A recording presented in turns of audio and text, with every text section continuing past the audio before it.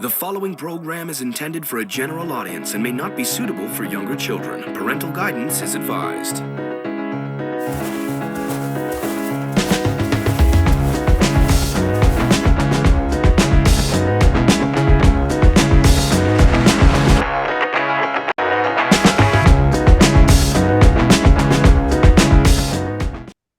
Hi, welcome to North of 48, where it's minus 4 degrees Celsius on March 28th. And I'm joined by my new friend. I'm going to call him a new friend, Konstantin from Inside Russia. If you want to know anything about Russia, go to Konstantin's podcast. The links will be in the description. And Konstantin, thank you very much for agreeing to come out today. I appreciate it. Thank you very much for having me. Hello from Uzbekistan, Tashkent, where it's plus 25 Celsius right now. Oh, dude. I know. That's warmer than Russia, isn't it? Yeah. Yeah. Moscow is about where the same weather that you having right now. Oh, okay. A good prairie cold. Konstantin lived in Russia for most of his life, went to the US and other foreign countries, studied at the Chicago School of Economics, and then went back to Russia. University of Southern Maine. University of Southern Maine. My bad. Would you like to fill us in a little bit on your background, if you don't mind? Sure. My name is Konstantin. I'm the host of Inside Russia YouTube channel. I was born and raised in Russia. Studied economics at the Russian University in the south of Russia.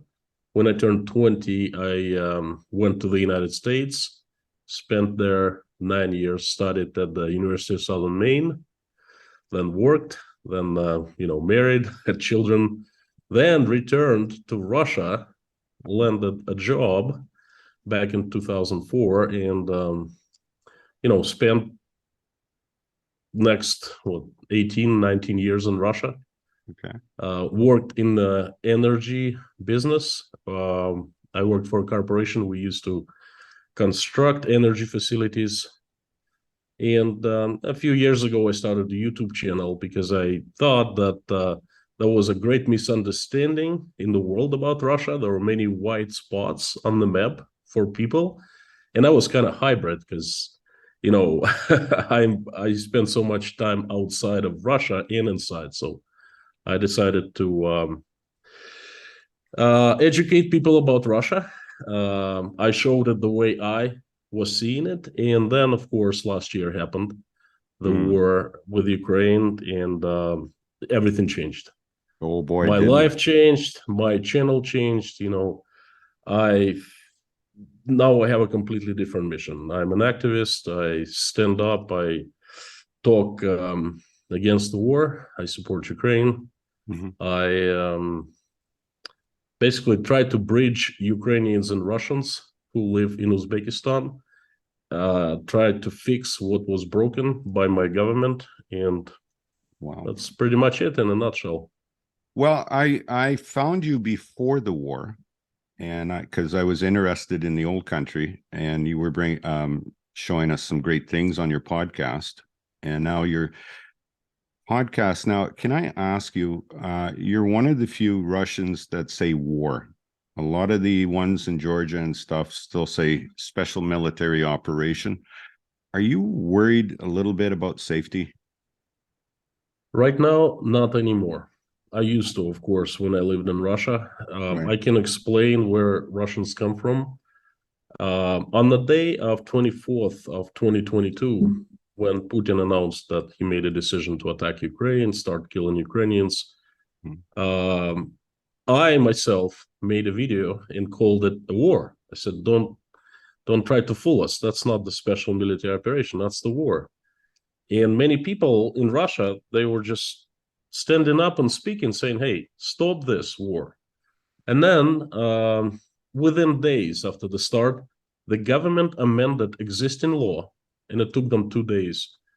And from that on, from March 2nd, if you said war in Russia, you would get up to 15 years in prison.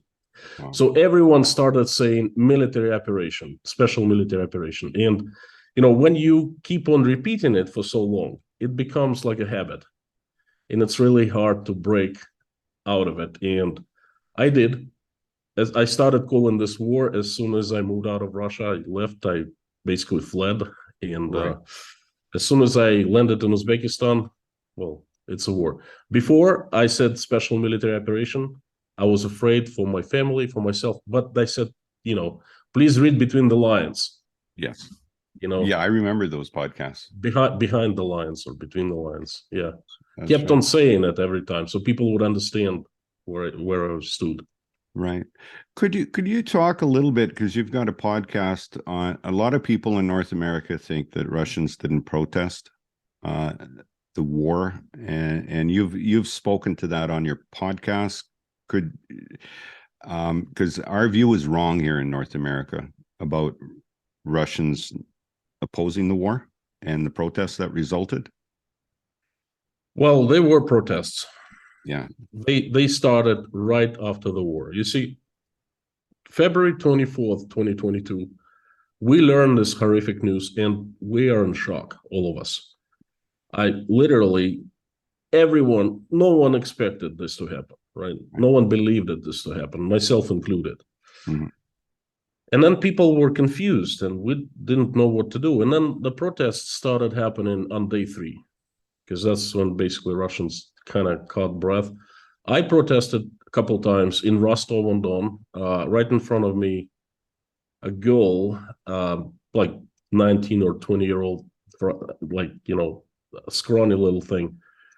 She just stood out, and she put like a piece of white paper and like this. Mm-hmm. And all of a sudden, cops showed up and they arrested her. They dragged her, right in front of my eyes. It was scary. I think it made world headlines. It was the first case in Russia. It's still out there in the news. And then I moved to Moscow because I have two homes in Russia. One in Moscow, one in Rostov-on-Don, when I was born and raised. My mom still lives there. So I moved back to Moscow, where I go to work, when I used to work. And I protested there. There were quite a few people. I would say more than 10,000 people. Oh, my. What happened, we gathered 2 weekends in a row, March, not to be mistaken, March 9th or March 10th of last year. But the thing is, they rolled over us like they crushed everyone. They were arresting people. They were using brutality, and they basically scared everyone away from protesting. They charged people. I was lucky enough to escape, but there were quite a few people charged and got prison terms. Yeah, I guess the term is 7 to 15 years for talking against the war, something like that. No, it varies. They can get you for resisting arrest. That's one charge. They can get you for spreading fakes and disinformation of Russian army, up to 15 years in prison. That's another article, another charge, and things like that. That different charges, different articles of Russian criminal code were used. Right. Well, you also on your podcast, and that's where I'm getting most of my information, is you flew to Uzbekistan. Was that your destination of choice, or did you have another destination in mind? Like, was Georgia or Turkey an option? I actually fled twice. Oh, yes. It's really strange and interesting because first time I was approached by a fellow producer from Ireland, and he was employed by RTE1. Would that be the Russian? No. It's an Irish. Irish national TV, like okay. RTE1. Oh, yeah, it was not Russia Today. Unfortunate name. Yeah, he asked me to interview me. I said, okay, no problem. So just like we're sitting right now, he interviewed, he filmed me, and he asked permission to use my videos. So no problem. And then they aired me.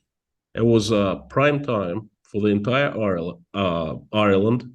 Oh, wow. And they gave me 6 minutes and they used such a great job. Like they were showing close-ups of Putin, and I was speaking against him, like, oh, I can't stand what's happening to Ukrainians. And I was watching it, my palms got sweating, I'm like, oh my gosh, I'm done.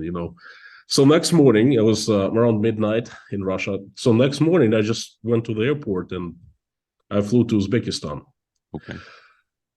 I stayed for a month. Nothing happened. I guess they had their hands full and, they didn't really pay attention to me. Then I returned and I stayed in Moscow until September. And basically it was it in September. I expected that anytime someone would knock on my door and grab me and mobilized and sent to Ukraine to kill Ukrainians. Right. A couple days and I decided, you know what, that's it. I'm done. I'm done with the country. I'm done with this. And I flew to was Tajikistan. That's the only place I could find tickets to. A ticket. Okay. Paid 5,200 for one-way ticket, like 2-hour flight. Yeah. Because everyone was fleeing. It was an exodus, Yeah.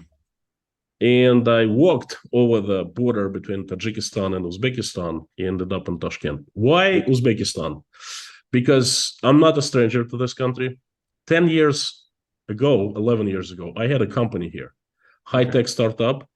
Our front office was in Russia and back office, sales office was here. And I spent 2 years in Uzbekistan building a team. And, I'm pretty familiar with this country. I have friends and it's very friendly towards Russians. And here I am. And the weather sounds good too. Much better than Russia. Much better. You've developed a community in Tashkent. Is that how you call it? Like a breakfast club? And you provide, you'll pay for Ukrainians' breakfasts as well. That's right. That's right. How is that community now? How do Ukrainians view you at the breakfast club? Can I ask that? Well, at first I decided that I wanted to be around people in the same situation. And I started inviting anyone, Russians mostly, to join me for breakfast. So, and as a lure, so to speak, I was saying, hey, I'll buy you breakfast. English breakfast, coffee, just show up. And then I was doing shout-outs in local like community boards, community forums. No one showed up for a couple of weeks. Okay. Then one person showed up, another person, and then it just like there was flood of people. Right now there are about 400 people. Not everyone shows up for breakfast. No. It's like rotate. I show up every morning. Right. But from 10 to 15 people show up usually. And, it's like some people today, other people tomorrow, and so forth. And every Sunday, we get a large party. I call it the lectures. Because everyone who's left Russia is an expert in something. We have a math professor, very famous one, that left. A historian, a scientist, a brain surgeon, tons of entrepreneurs, quite a few engineers, doctors, you name it, tons of IT people, and everyone has something to share with the others. So we get together and we come up with some topic, and the person just delivers a lecture, like information for 40 hours to minutes, to 40 minutes to 1 hour. Okay. And, around New Year, so a couple months ago, well, you see, there's a burning fire inside of me. I am so appalled by what my country is doing to Ukraine, to Ukrainians. I used to work for a large construction company. We had an office in Ukraine, a few offices in Ukraine, actually. And I built an enterprise in Ukraine with my own hands in Kharkov. Engineering Design Institute. I was supervising it for some time. I spent about a year in Ukraine, and I still have many friends there. And this is killing me. Okay. I am so ashamed of like what my country is doing to Ukraine and its people. and I want to do something nice to them. Okay. And one day I decided that what I'm doing is not enough. And I actually talk a lot, right, every day, but I got to walk the walk. So I decided to somehow bridge people, because everyone here in Tashkent is against the war. Okay. You know, that's clear. We make ourselves heard, so to speak. We're not afraid to speak up here. Right. And you know, I know a Ukrainian family, and we met for lunch one time, families, and our kids played. I invited them to my apartment. You know, we had a live stream, it's still out there. We were drinking together, basically. What I want Ukrainians and Russians at one table, breaking bread, Yes, eating, and, you know, drinking beer or something like that, and just speaking, looking at each other. Okay. And that's how it started. Then another Ukrainian family showed up. Then a guy from Odessa came. Then we have right now a fellow from Ukraine flying over to see what's going on at the club. And a couple of weeks ago, a family from Mariupol showed up that wow. actually they fled Mariupol in March of last year before Russian army came. Okay. And, you know, so the community is growing. Answering your question, how do they treat us? What's their attitude? Yeah, what's the rapport between you? No difference. Okay. We're just people. We don't divide ourselves, we Russians or Ukrainians. They come, they absolutely dissolve in the group that we have. You know, they sit at the table, they converse with people, they talk. Everyone comes and speaks to them. A lot of people come and say, listen, we apologize for what Russia has done and things like that. So, you know, this is actually what I dream of. I dream of people like we were before with Ukrainians. I would fly to Ukraine. I would not feel it's a foreign country. And Ukrainians come into Russia. It's the same thing, you know. And now we're at war. So I want that what happened before back. And I understand that not all Ukrainians would want that. Yeah. Because what can I say to a person, you know, whose loved one was killed? I don't know. There's no answer. But at least some people, you know, we can start from somewhere. Okay. Right. And this is what I'm trying to do. Well, it sounds like you're a very thoughtful individual, and I commend you, spasiba, on that. You were in business in Ukraine. You didn't build the Kerch Bridge, did you? Are you kidding me? Are you kidding me? Sorry, that was Putin's you friend. know what? That was a joke on the you know, on the line with insult. You know? Oh, no insult, no insult. I know, it's okay. No, of course not. I wouldn't touch anything like that, you know. Right. I just thought I'd throw it in. How does the Uzbekistan government treat the Russians in Uzbekistan? Is there a good rapport? Are they friendly to Russia? Is there very a friendly? Danger? They are, right? No danger. Very friendly. Uzbekistan is a very nice country. Uzbeks are fantastic people. And I knew that before. Friendly to you or friendly to Russia? Both. Friendly to Russia and friendly to us Russians. And they're friendly to Ukrainians, you know. Oh, good. And they consider that what's happening between Russia and Ukraine is temporary madness, you know, like you people got something cloudy in here, you know, that clouded your vision, but right. you know, it's going to work out. That's basically their position stand on this whole thing. All right, yeah, because that goes back to the safety thing. I was wondering, can the Russian government come in and FSB agents and, you know? Yes, they can, but I don't know with approval of Uzbek government or not. Probably not. Right. But, you know, the English government did not approve FSB agents coming in and poisoning Skripal and poisoning Litvinenko. You know, they did not approve. KGB came, FSB came on their own. You know what I mean? And the Ukrainians didn't approve poisoning the president who was running against Yanukovych either. Yeah, Yushchenko.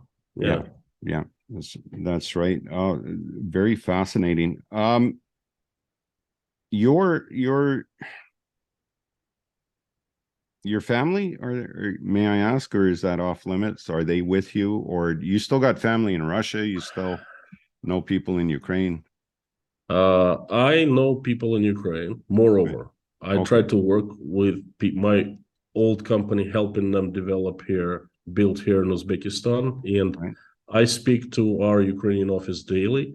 They still work and operate despite all the attacks and all of that. My family is going to be joining me. I have my 2 kids living in Maine, the USA. Oh, okay. Yeah, older kids, and 3 kids from current marriage, this marriage, second marriage, living in Moscow and joining me here in Uzbekistan. Okay. So we're basically getting done with Russia. Yeah, kind of sounds like it. We'll take a short break and then we'll bring in Professor Ann Lee and Professor Jonathan Bick.